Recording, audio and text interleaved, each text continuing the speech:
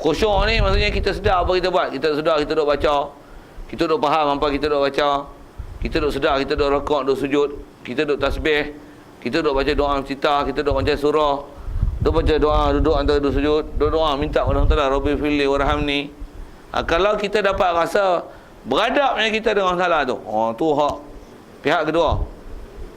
Dapat berasa ke Allah Taala. Pula tu berasa pihak kedua, kita berasa kita melihat Allah Taala. Dua. Kalau rendah sikit pada tahap ihsan tu apa dia? Kita duk berasa Allah duk lihat, duk pantau apa kita duk buat. Dia duk perhati satu-satu. Hak kita buat, kita berasa kita buat. Dan tapi kita berasa ke Allah tu. Nak rasa ke Allah tu. Hak tu ihsan. Hak tu ihsan. Buat ibadat rasa ke kita. Itu kan ihsan. Itu kalau istilah asal khusyuk je lah. Kita duk rasa ke kita. Aku semayang, aku khusyuk, aku baca, aku doa sita, aku mohon, aku tasbih, aku zikir, aku tahiyat, aku.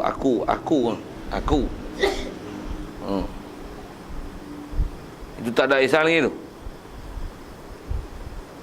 Okey, jadi kalau sebut balik pada sembelihan korban ni, kita dah buat korban gini-gini, kuku pun masuk 1 Zulhijjah, kita tak potong dah apa, bulu rambut, misai, janggut, apa tak usik siapa. Pasal sunat kita kalau nak sembelih binatang korban, kita sunat tinggalkan, buang benda-benda tu.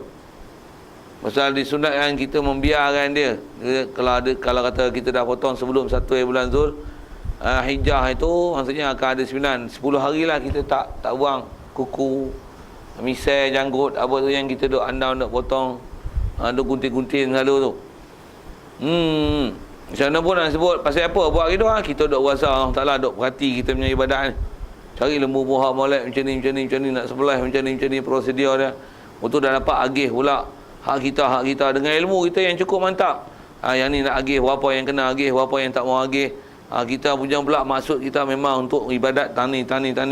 Orang tu orang yang kita nak bagi pun kita dah tahu nak bagi siapa-siapa. Bagi pun atas kriteria apa. Pula tu memang dia ni dilayak untuk terima. Yang ni atas jalan sedekah, yang ni atas jalan hadiah, ini atas jalan apa, dan atas jalan apa. Ilmu kita cantik tu. Itu baru istilahnya Islam. Tapi berasa ke Allah Ta'ala? Pihak ketiga, tu adalah ihsan martabat kedua. Duk berasa tu memang kita duk buat ni, duk beradak ke Allah Ta'ala. Duk beradak dengan dia. Martabat ihsan paling tinggi. Cuma kita selalu ke Tuhan, ke Allah Ta'ala ni kena dia tak berasa, duk berasa kita lah. Kita. Yang tu yang kot kalau kita disebah baca perhati apa kita sebut bab ihsan ni, kita nak latih diri supaya berasa ke Allah Ta'ala tu. Hatu kalau ikut dia kena latihan dengan ilmu mesti. Mula tu dengan latihan dengar. Saya elok mengaji pun tertunggu duk sebut sebiji dia dengar, ambil perhatian. Hatu sebab hidayat Allah Ta'ala beri untuk kita boleh faham bab ni dan kita boleh berasa ke hati bahawa Allah Ta'ala ada perhati dah.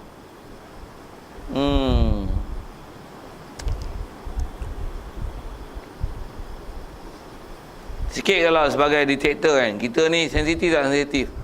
Kalau kita masuk kedai, cashier tak ada, kita letakkan duit anda dalam bekas yang disediakan dan ambillah baki yang sepatutnya. Dia tulis tu dengan kamera, semua tindak tanduk anda sedang dirakamkan dengan CCTV. Macam ada berani buat lolak-lolak.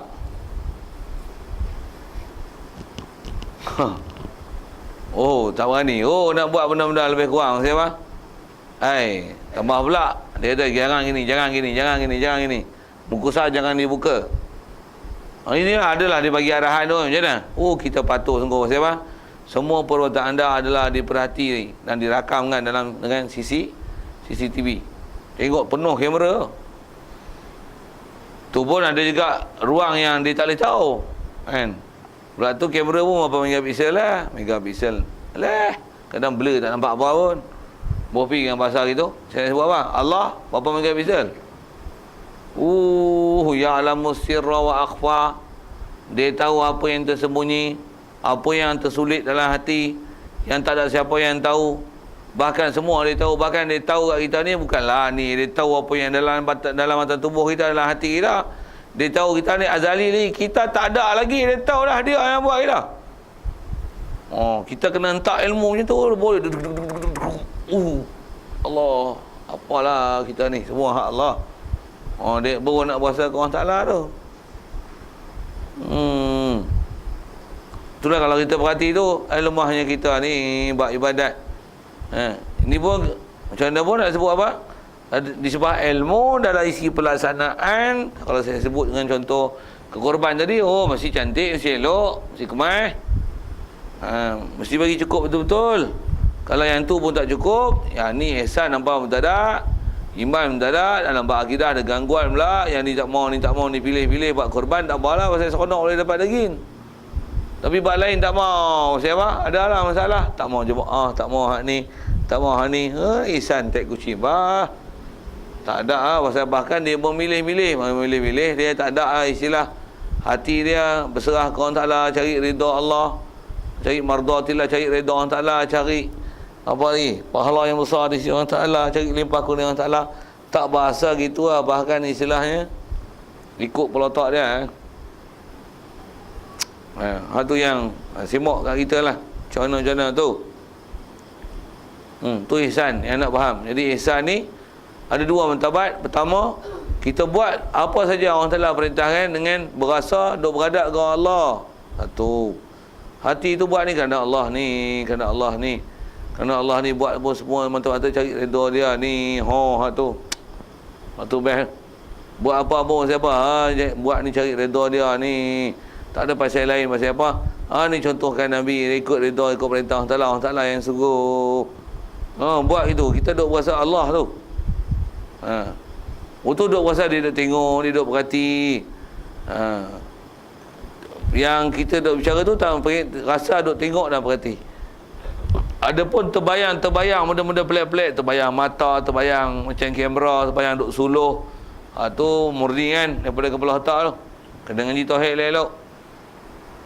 Begitu juga kalau sebut kata tahap pertama bab ihsan tu, duk berasa Allah Ta'ala melihat kita. Jangan duk faham melihat ni orang Ta'ala duk congong, orang Ta'ala duk tokor duk depan tu, stokor duk depan. Lepas tu istilahnya depan tambah pula nampak istilahnya terbayang jisim Allah Ta'ala ada muka, tangan, kaki, anggota, subhanallah. Duk faham itu pergi mu. Itu kan ihsan, itu kufur. Satu nak pergi ihsan ni dia mesti akidah betul tu. Itu bang akidah. Lepas tu sebelum akidah tu ihsan tu, sebelum ke ihsan ni ialah Islam apa dia? Semua rukun syarat berkaitan dengan amalan praktikal Islam yang secara lahiriah, yang zahir, supaya sah apa saja yang kita buat mengikut kriteria fiqah kan. Selesai itu dalam masa yang sama akidah mantap, buat hati berasa dengan tahap pertama berada Allah, yang kedua Allah melihat kita, baru ihsan. Dia tak ada terlajak terus ihsan, tak ada. Nak ihsan mesti step by step. Jadi faham tu fiqah dulu. Fiqah memang dapat lah. Kita mana jadi Islam. Cuma ilmu cukup tak cukup. Ilmu tak cukup, dia takkan naik martabat yang kedua, martabat iman. Tak boleh. Pasal apa? Hang buat lebih kurang tu menunjukkan iman hang tak kuat. Kalau hang iman hang kuat, mesti hang cari macam mana nak buat ni. Pasal apa hang susah payah cari ni ya? Ikut perintah Allah Ta'ala, kena ikut cara dia lah. Kita susah payah kerana dia. Tu. Betul bila buat pula duk rasa dia duk berhati kita. A plus. Pasal apa? Pasal dapat yang baru dapat betul. Tapi pasal apa ni? Janji buat dah lah. Daripada tak buat langsung. Jangan tu apatah lagi yang ikut kepala otak kita, yang kita tak ikut prosedur. Tu tak boleh. Sikitlah ke sana tu nak menunjukkan kata untuk nama ihsan mesti lalu Islam dulu, dengan mana amalan praktikal zahir yang lahiriah ni mesti selesai. Lepas tu akidah kita mantap tepat, tak menyalahi daripada akidah Ahli Sunnah wal Jamaah. Lepas tu hati ni boleh tawajuh ke Allah Ta'ala, sama ada berasa beradab ataupun rasa Allah Ta'ala lihat. Hak tu adalah kalau memiliki semuanya sebaik-baik hal. Okey, kita bicara ihsan tu walaupun ayat dia sependek itu.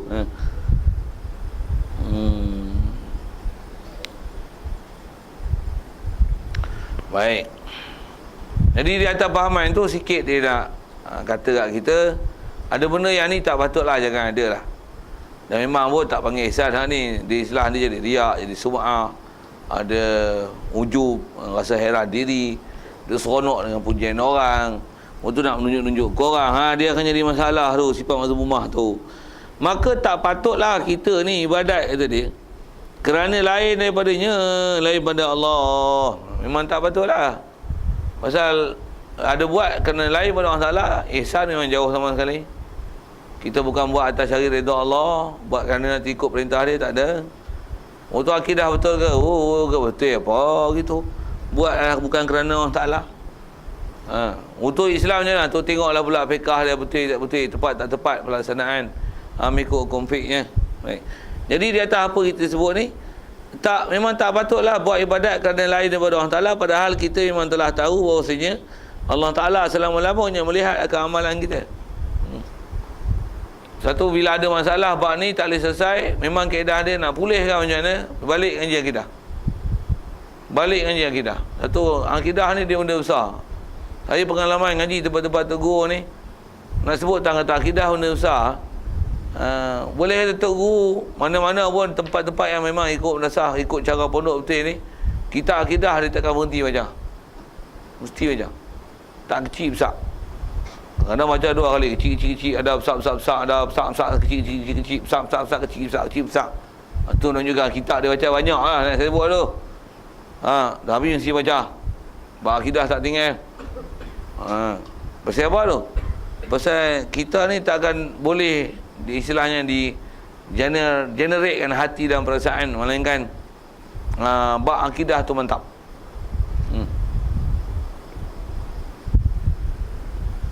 Jadi kita memang tahu Allah Ta'ala melihat akan amalan kita, tapi boleh tak buat. Pasal apa?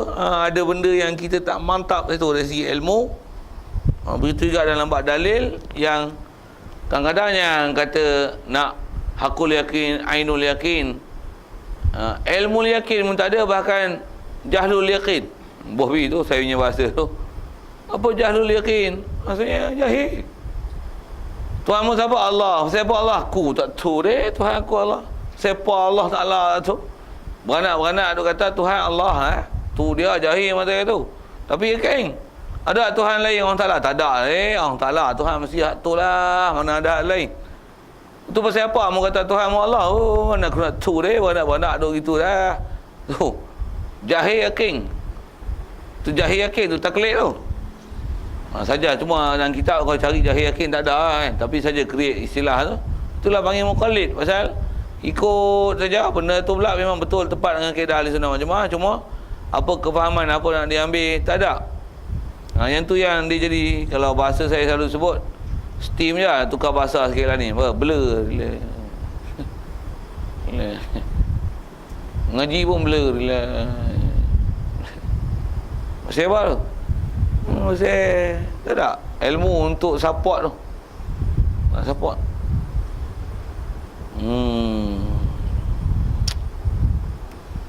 Macam kita tengok macam ni lah, ada orang sebelah lembu bofi sikit lah sebut, dan kata punca jadi itu siapa?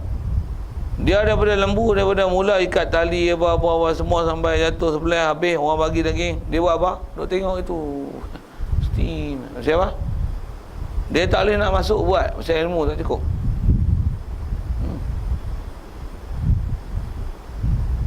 Dia takir tulang, takir jari. Bohbi tu. Orang lapah kulit, dia lapah mengisi sekali lekat kulit. Semua tak jadi. Bila semua tak jadi, maksudnya ada ilmu tak cukup. Tu tak boleh masuk. Orang lapah tak boleh nak timbang tak kerti nak baca. Sikitlah dengan bahasa-bahasa itu nak kata orang tak boleh masuk ni pasal apa? Pasal dia banyak jahlul yakin.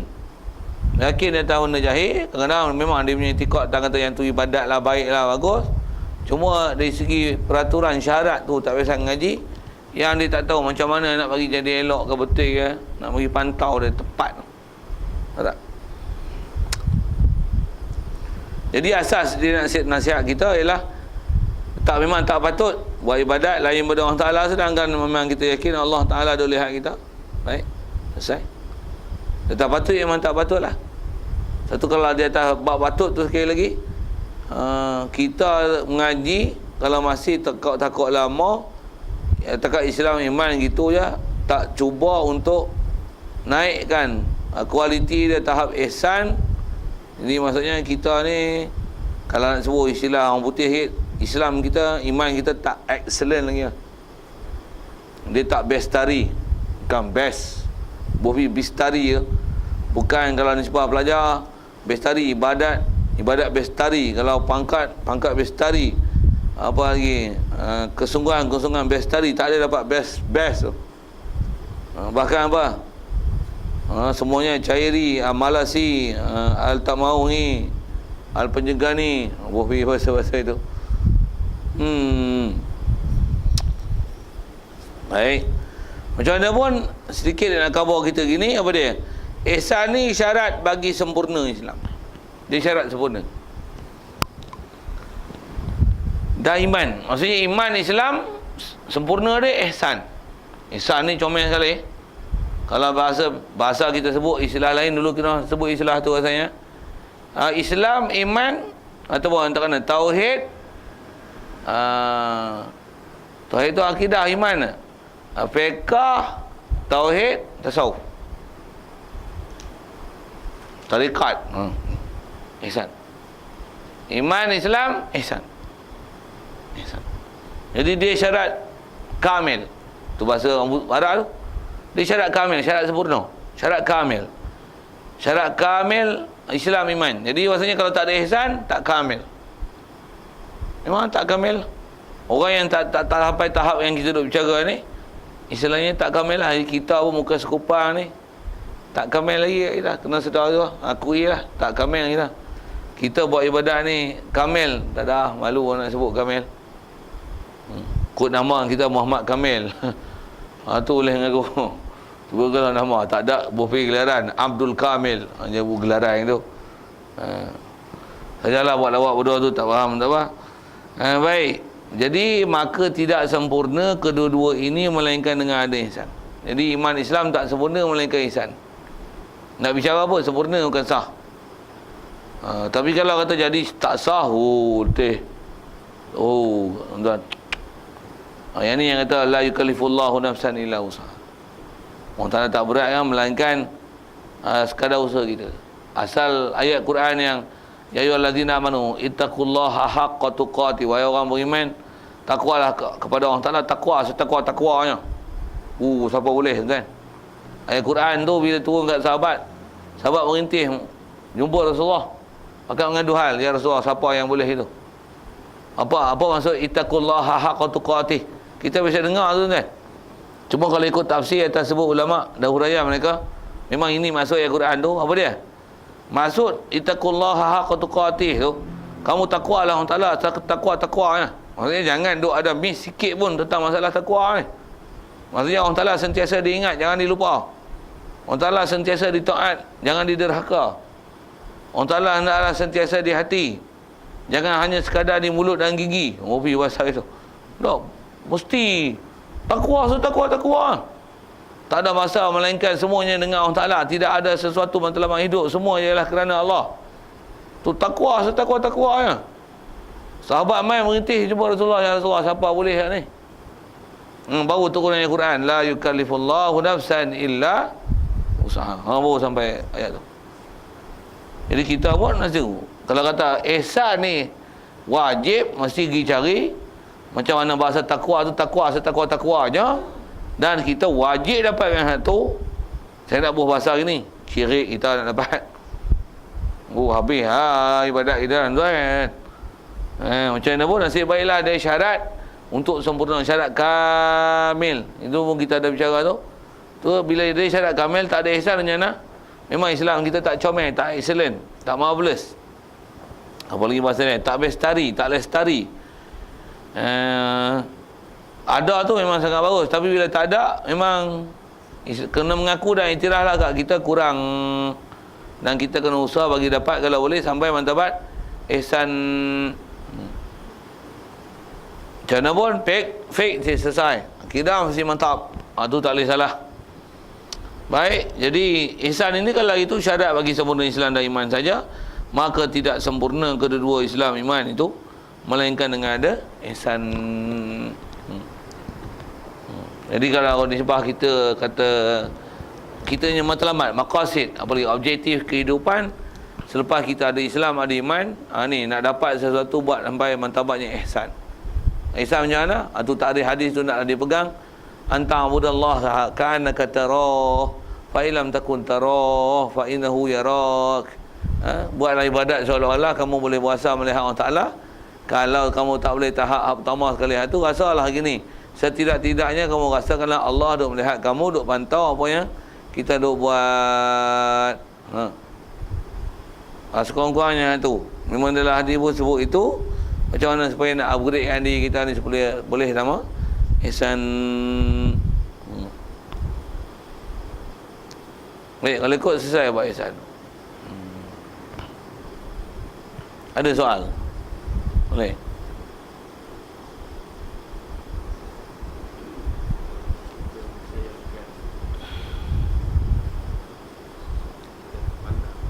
Menghayalkan. Oh, dalam masa kita duduk badan tu, kita hayalkan kita duduk lihat kita. Itu kan? Tapi kita bayang kita lah yang kena pantau tu dan kita yang memantau tu lah. Macam tu lah kot.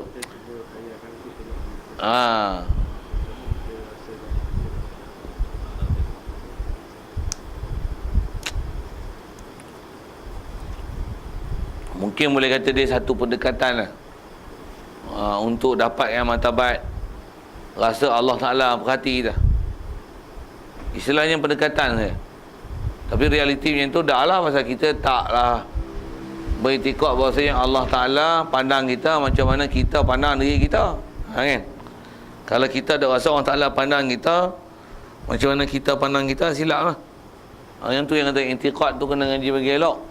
Macam mana pun di atas kata kalau kita datang dengan kaedah kita buat ibadat duk rasa macam kita ni diperhati, dan kita duk rasa yang memperhati tu ialah Allah.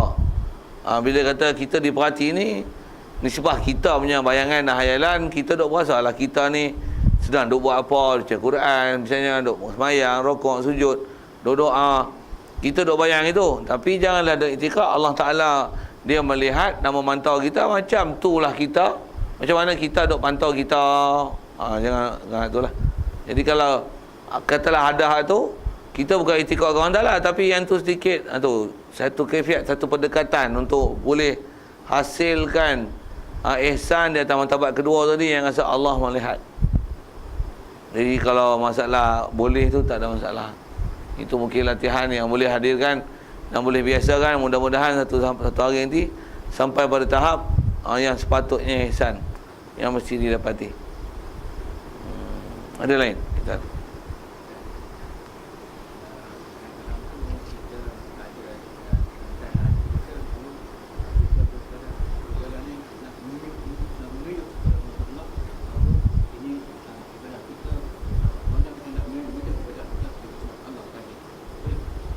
maksudnya kita istilahnya menunjuk ke Allah, nak zahirkan kita taat, nak menunjukkan ketaatan kita, kita punya kepatuhan. Seingat saya kalau ngaji dalam kitab, kita menunjuk ke Allah Ta'ala. Dia kata kita buat ni pasal kita nak, istilahnya kalau bahasa Arab disebut izharkan syiar, izharkan syariat, izharkan taat. Maksudnya nak memperjelaskan, penyatakan ini ketaatan kita ke Allah Ta'ala. Masyhur sebut ulama, dia termasuk dalam kategori ikhlas. Tak ada masalah tu. Maksudnya tak ada masalah tu. Kita dah rasa, katalah ni, pasal apa pergi masjid? Pasal kita nak tunjukkan, kalau nak bahasa tunjuk tu, nak buat ni, nak tunjukkan ke Allah Ta'ala bahawasanya kita taat ke dia. Jadi buat kita buat pengorbanan ni kerana dia. Okay, kita kena guna istilah macam tu. Boleh ke? Masyhur sebut ulama boleh. Dan itu pun kalau dengan bahasa sikit tadi, dia satu kaedah pendekatan, istilah untuk kita boleh datang ke ikhlas yang kita tak ada cari lain melainkan semata-mata cari keridhaan Allah Ta'ala. Dan kita buat tu atas kata ni siapa? Nak buktikan, nak tunjukkan, nak zahirkan ke Allah Ta'ala kita taat dia. Boleh tu, dia termasuk dalam kaedah pendekatan lah.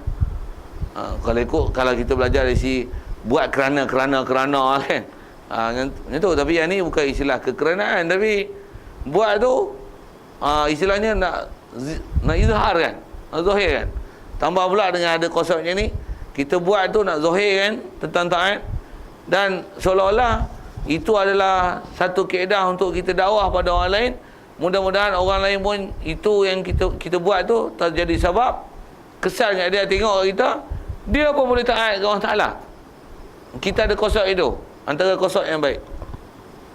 Antara konsep yang baik dalam bab disebut konsep dan istilah menzahirkan buat syariat. Ada bahas ni dalam bab-bab fiqh, antaranya disebut bab syarah hadis pun ada. Kita buat satu amalan, misalnya zakat memang wajib. Jadi wajib ni kita zahir pun, kita sembunyi tak ada masalah. Tapi kalau kita zahirkan dia apa nak tunjuk ke orang, salah ha? Nak tunjukkan aku tak banyak tengok zakat kau sekarang ni. Oi, silap tu. Tapi nak kita buat tu pasal apa? Nak zahirkan, kata aku ni bayar zakat. Supaya kalau ada orang tak bayar, dia mencontohi aku, dia boleh keluar zakat macam mana aku keluar zakat. Okey, comel. Jadi maksudnya kalau dengan niat macam tu tak masalah dalam bab akidah. Dalam masalah keikhlasan, dia masih dalam kategori ikhlas. Dan dia adalah salah satu kaedah pendekatan yang baik untuk menjadikan ikhlas tu. Betul. Ada lain?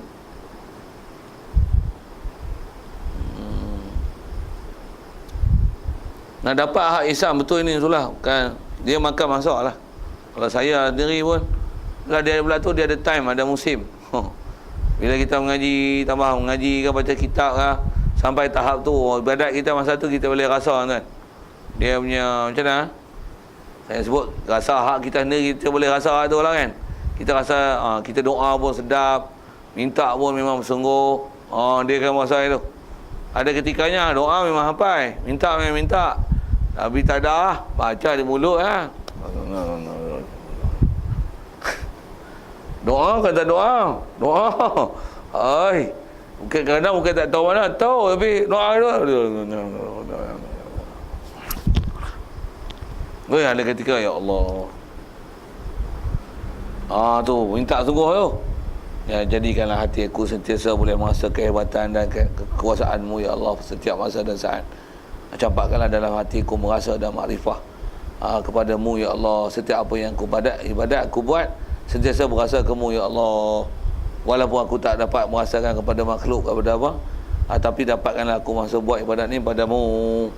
Dapatkanlah aku masa engkau sedang melihat, memperhatikan apa saja amalan yang aku buat. Dengan sebab tu aku boleh jadi taat padamu ya Allah. Masa tu doa best. Memang minta masa tu. Keluar masjid pun duk keluar kaki kiri tu. Duk berasa klik kena ambil gambar. Tuan-tuan saya tak tahu. Saya biasa rasa benda tu, saya cakap tu. Ada ketika kita buat ibadat dia sensitif macam tu.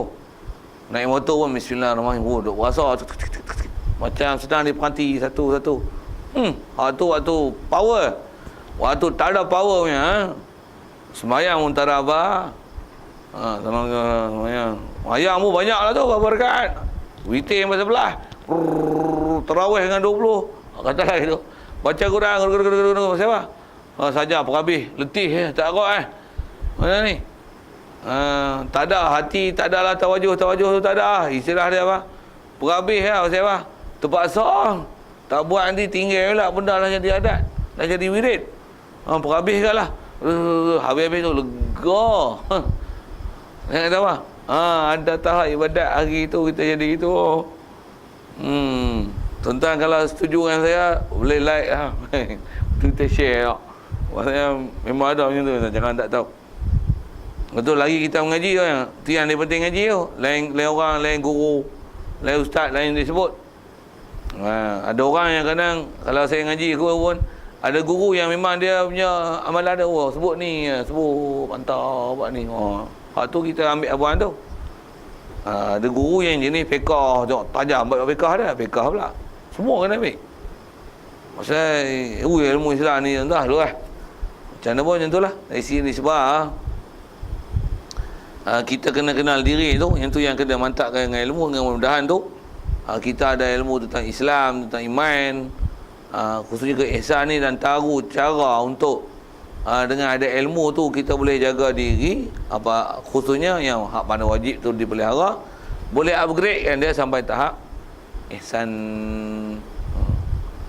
Kalau tak ada apa soal tu, saya tangguh dulu. Nak masuk nanti permulaan yang wajib, insya-Allah. Ada soal? Ada.